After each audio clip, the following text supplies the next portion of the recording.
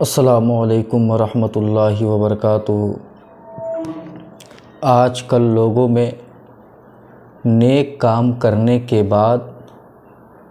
اس کی تشہیر کا بڑا شوق چڑھا رہتا ہے۔ جب تک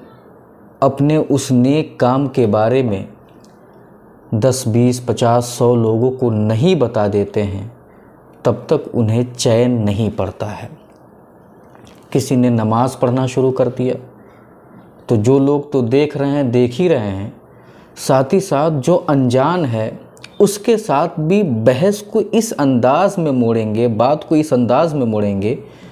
کہ تاکہ وہ اپنی نماز پڑھنے کو اور اپنی پابندی کو سامنے والے پر ظاہر کر سکیں اور اسے بتا سکیں کہ میں نماز کا کتنا پابند ہوں۔ ایسے ہی کچھ روزے دار ہیں، ایسے ہی صدقہ اور خیرات کرنے والے ہیں کہ وہ دکھاوے کے طور پر سب کے سامنے اس نیت سے خیرات کرتے ہیں، اس نیت سے صدقہ کرتے ہیں تاکہ سب لوگ جانیں کہ میں نے اتنا روپیہ دیا ہے۔ اب میں یہ تو نہیں کہہ سکتا کہ سارے لوگ اس بلا میں گرفتار ہیں اور سارے لوگ اس طرح کی حرکت کرتے ہیں، ایسا تو کوئی نہیں کہہ سکتا کیونکہ دلوں کے حالات اللہ جانتا ہے۔ لیکن یہ مسلم ہے اور یہ قاعدہ اور ضابطہ مسلم ہے کہ جو مسلمان نماز، روزہ، حج، زکوٰۃ، صدقہ و خیرات اور بھی دوسرے نیک کام اگر اس نیت سے کر رہا ہے کہ اس سے اس کا رب راضی ہو جائے، پیارے مصطفیٰ علیہ الصلوۃ والسلام راضی ہو جائیں، تب تو ان کاموں پر وہ بے پناہ ثواب پائے گا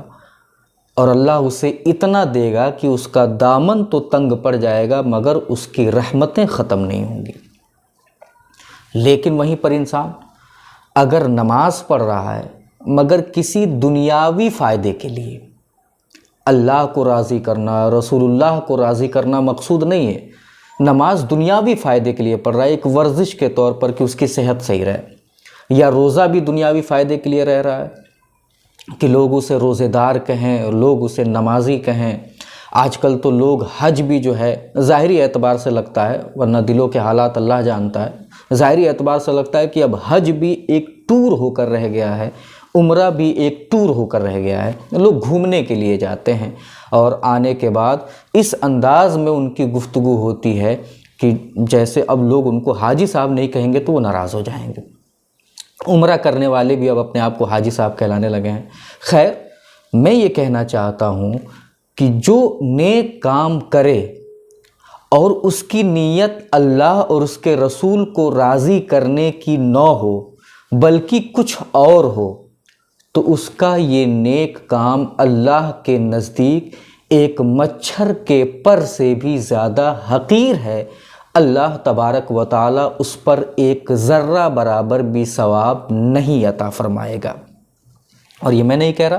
آپ خود سرکار غوث اعظم شیخ عبد القادر جیلانی جو سید الاولیاء ہیں ان کا فرمان سنیں کہ آپ اخلاص کے حوالے سے کیا نصیحت فرماتے ہیں۔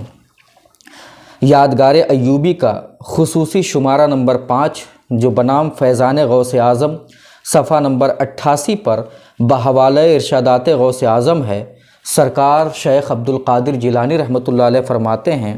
اے صاحب عقل، عقل سے کام لو، تم تو اپنے اعمال سے اللہ تعالیٰ کے ساتھ دشمنی کر رہے ہو، اس کے نزدیک تمہارے اعمال مچھر کے پر کے برابر بھی قدر نہیں رکھتے۔ البتہ اگر تم اپنی خلوتوں اور جلوتوں یعنی تنہائی میں بھی اور محفل میں بھی اور تمام حالتوں میں مخلص بن جاؤ تو کچھ مرتبہ پا سکتے ہو ایسا خزانہ جس کے لیے فنا نہیں۔ سچائی اور اخلاص اور خوف الہی اور اس سے امیدواری اور اس کی طرف ہر حال میں رجوع کرنا ہے تو ایمان کو لازم پکڑو، وہ تجھے اولیاء اللہ سے ملا دے گا۔ اللہ رب العزت کی بارگاہ میں دعا ہے، مولا ہم تمام مسلمانوں کو سرکار غوث اعظم کی تعلیمات پر اور آپ کے فرمان پر صحیح معنوں میں عمل کرنے کی توفیق عطا فرمائے۔ السلام علیکم ورحمۃ اللہ وبرکاتہ۔